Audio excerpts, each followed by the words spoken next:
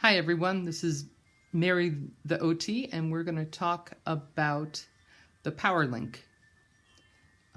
It comes in a few models. This is an older model, but the one that's around a lot, so I thought I'd use this one as well. If you go on my playlist, the updated model is also on there and how it works.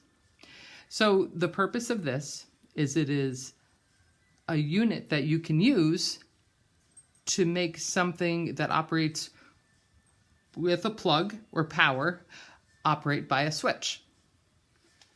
If you look at the back, there's a good picture here.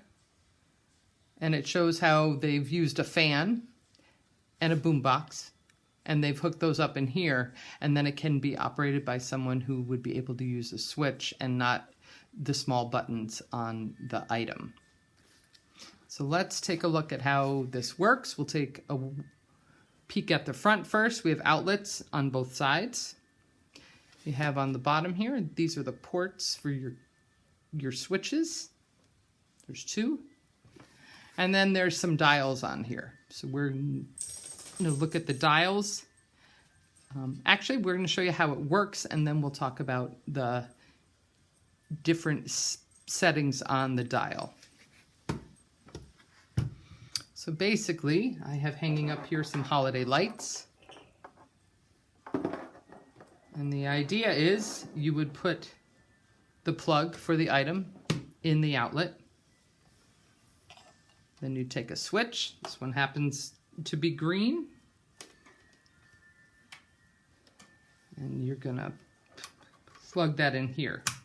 Of course, you also need to plug in the unit itself. So let me do that.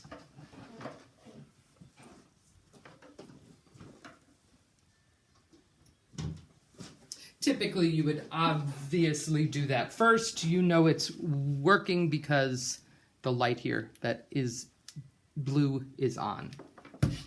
Okay, so once those are in, right? So you have your plug and switch on the same side. When you press the switch, the lights go on. So now we'll talk about the settings that are on it. So the one I used right now,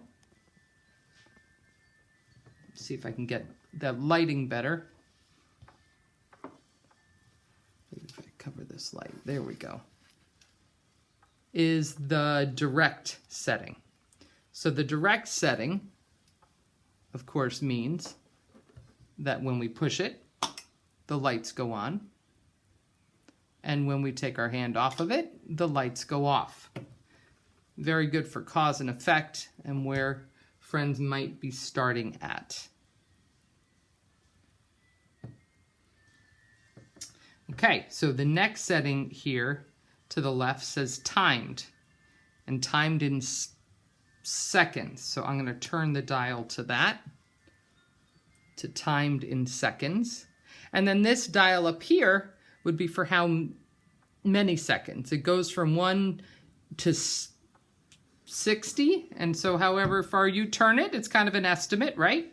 Would be how long the light will stay on. So I've turned it for what I think is probably about 10 or 15, I'm going to turn it down a tiny bit, probably about 10 seconds or so.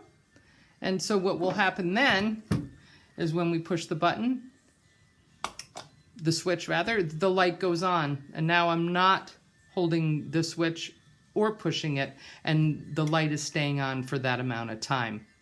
Really good choice for someone who's just starting out, and maybe being able to activate that switch is a lot of effort, and certainly holding it down would be even harder.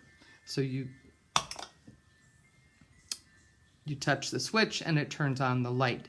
Keeping that time under 10 seconds helps you really get a sense of cause effect still. Okay, so the next setting that you'll see on here is latch. So we're going to turn it to latch. And like the word implies, when you activate the switch, push the switch, it turns the light on. The latch turns the setting on. And when you touch it again, it's turned off. Again, the latch. One push, it's on. The next one, it's off. The last one is a lot like the second one. It's timed, but timed for in minutes long. That might be something you're doing if you're hearing an entire song, perhaps. And that works the same as timed in seconds does. It just lasts for longer. If you do have it in either of the time settings, the item will stay on for the entire amount of time it's set for. You can't really shorten that. If you found it was longer than you wanted, the best thing would be to unplug and replug. Now, you'll notice that there are two sets of outlets, so that means you could have two items that you're operating. So let's think about how that would work. Over here I have a food processor. This is a great way to have everyone help in activities for cooking.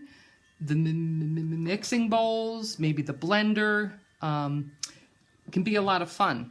One thing to think about, and I'm going to go ahead and put in our other plug. And I'm going to turn this back on direct. But as you'll see, when I hit the red switch, which is hooked up to the food processor, it doesn't work.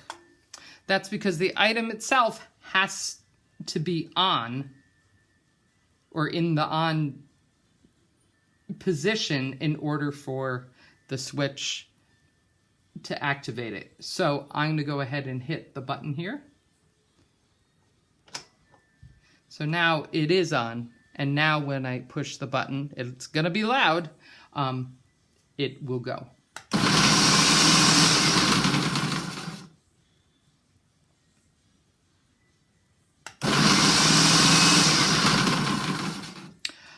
Some fun items to think about hooking this up to is a fan. Sometimes that might help blow bubbles or make the wind chimes make noise, or cool you off, or knock the papers off the table.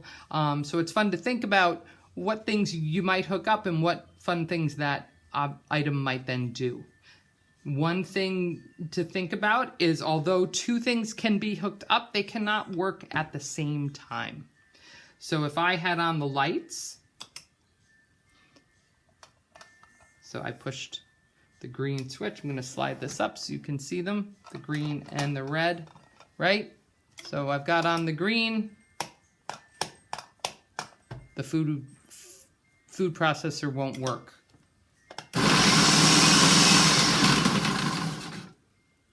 So you can only use one at a time.